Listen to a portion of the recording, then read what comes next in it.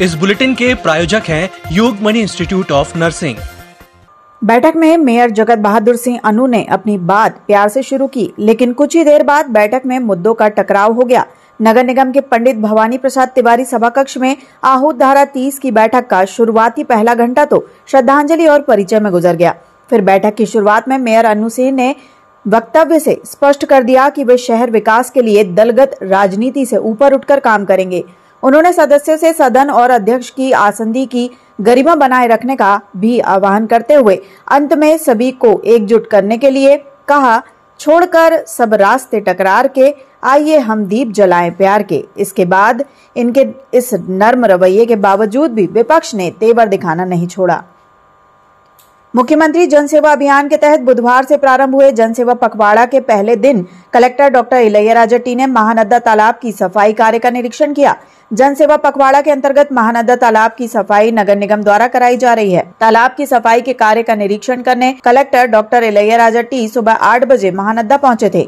उन्होंने क्षेत्रीय पार्षद निशा संजय राठौर एवं नगर निगम के अधिकारियों के साथ चारों ओर पैदल घूमकर तालाब की मौजूदा स्थिति का जायजा लिया।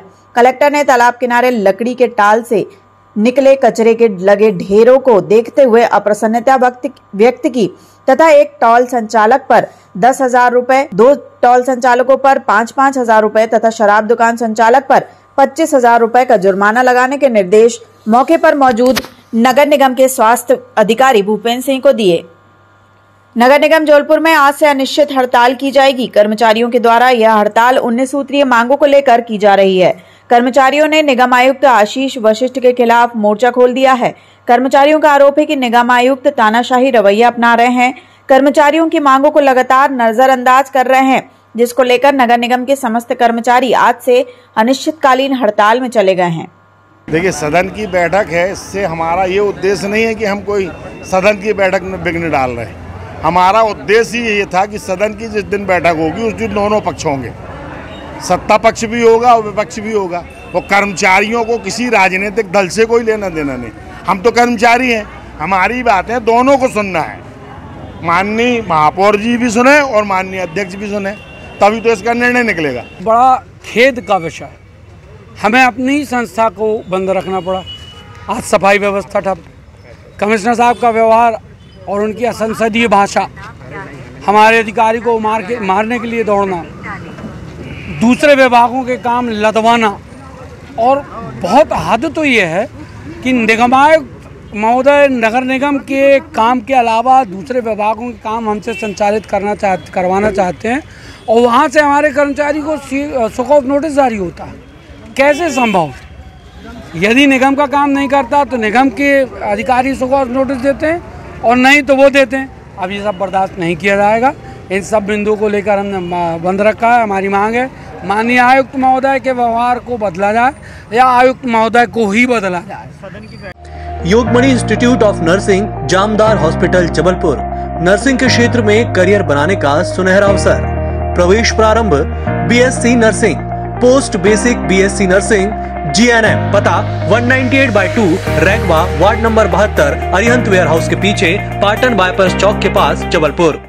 भारतीय जनता पार्टी व्यापारी प्रकोष्ठ ने कलेक्टर डॉक्टर इलैयाराजा टी को एक ज्ञापन सौंपते हुए मांग की कि जबलपुर स्मार्ट सिटी के तहत विकास की ओर अग्रसर हो रहा है, जहां जबलपुर अब स्मार्ट सिटी की गिनती में आता है, जिसको देखते हुए भोपाल और इंदौर में जिस प्रकार से स्मार्ट सिटी के तहत देर रात खानपान के प्रतिष्ठान खुले रहते हैं, जिसमें शहरवासियों को देर रात तक खानपान की चीजें आसानी से मिल जाती है, उसी तर्ज पर जबलपुर में भी देर रात तक प्रतिष्ठान खोले जाने चाहिए, जिससे देर रात में भी शहरवासियों को खान-पान उपलब्ध हो सके। यहाँ पर कलेक्टर महोदय से भेंट करने आ रहा। हमारा जो शहर विकास को लेकर विजन है, उसमें एक तरफ में हम लोगों ने एक मांग रखी है।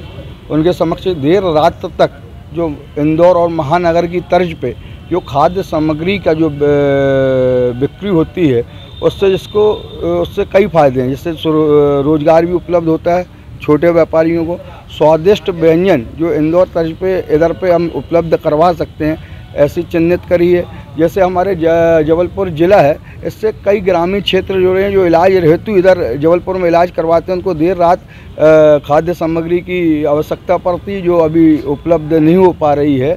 और हमने अपने सुझाव में दिया है, जैसे चौपाटी है, सदर चौपाटी है और दीनदयाल है, ऐसे हमने 10 नाम चिन्हित करके माननीय कलेक्टर महोदय को दिए हैं। उसमें विचार कलेक्टर महोदय कर रहे हैं। मध्य प्रदेश वुशु संघ के पदाधिकारी और वुशु के जाने माने कोच मनोज गुप्ता पर जबलपुर पुलिस ने बड़ी कार्यवाही की है। पुलिस ने उन्हें देर रात गिरफ्तार किया है। जबलपुर के संजीवनी नगर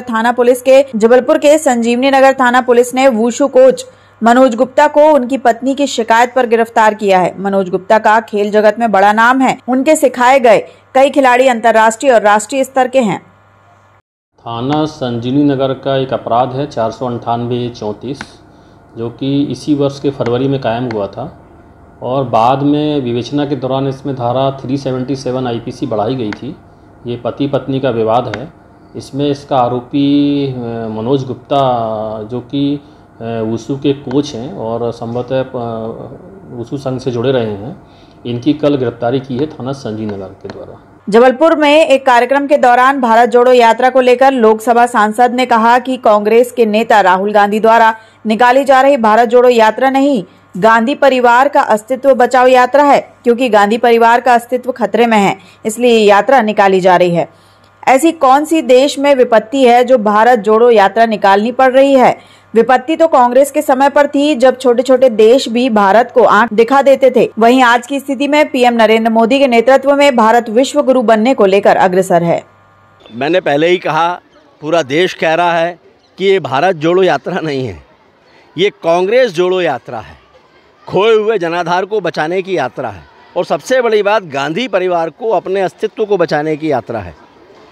दुर्भाग्य से अगर उनके मन में कहीं पर भी भारत जोड़ने जैसी कोई बात होती, समय समय पर जब भी विपत्ति का समय आया है, कभी वो पाकिस्तान के साथ खड़े हुए हैं, कभी चीन के साथ खड़े हुए हैं, और आज भारत जोड़ने की ऐसी कौन सी आवश्यकता है? देश पे कौन सी विपत्ति है?